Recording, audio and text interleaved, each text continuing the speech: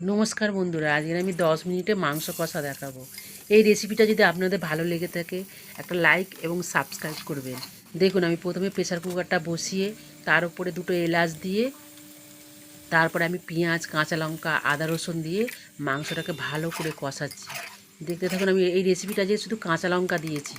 তারপরে আমি টক দই দিয়ে দিলাম, দিয়ে আবার খানিকটা নাড়াচাড়া করে নিলাম, নিয়ে একটু কাশ্মীরি লঙ্কা গুঁড়ো দিলাম, দিয়ে আবার আমি এটাকে নাড়াচাড়া করে নিয়ে এবার প্রেসার কুকারে একটা সিটি মেরে দেখুন কি সুন্দর কালার, দেখতে কত সুন্দর। প্রেসারে 10 মিনিটের মধ্যে প্রত্যেকটা মাংস গোটা গোটা থাকবে। তারপরে আমি ধনেপাতা দিয়ে দিলাম, খেতেও কত সুন্দর লাগে। আপনারা এইভাবে করে খেয়ে দেখবেন। আমার যদি এই রেসিপিটা ভালো লেগে থাকে আপনারাও এইভাবে বানাবেন।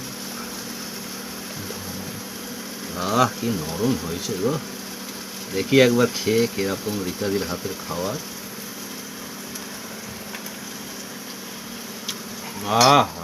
ও ও রিতাদি, যুগ যুগ জিও, এত সুন্দর হয়েছে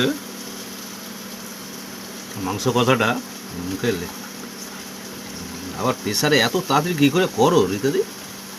হ্যাঁ, এই তো দেখলাম 10 মিনিট আগে তুমি সব কাটাকুটি করছিলে, এত তাড়াতাড়ি কম সময়ে কি সুন্দর সুস্বাদু খাবার। ও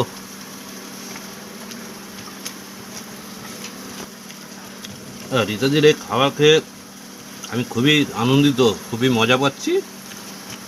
আপনারাও চেষ্টা করবেন দিদিভাইরা এইভাবে রান্না করতে কম সময়ে। আর যদি ভিডিওটা ভালো লেগে থাকে সাবস্ক্রাইব করবেন এবং লাইক করবেন, আর পারলে শেয়ার করে দেবেন।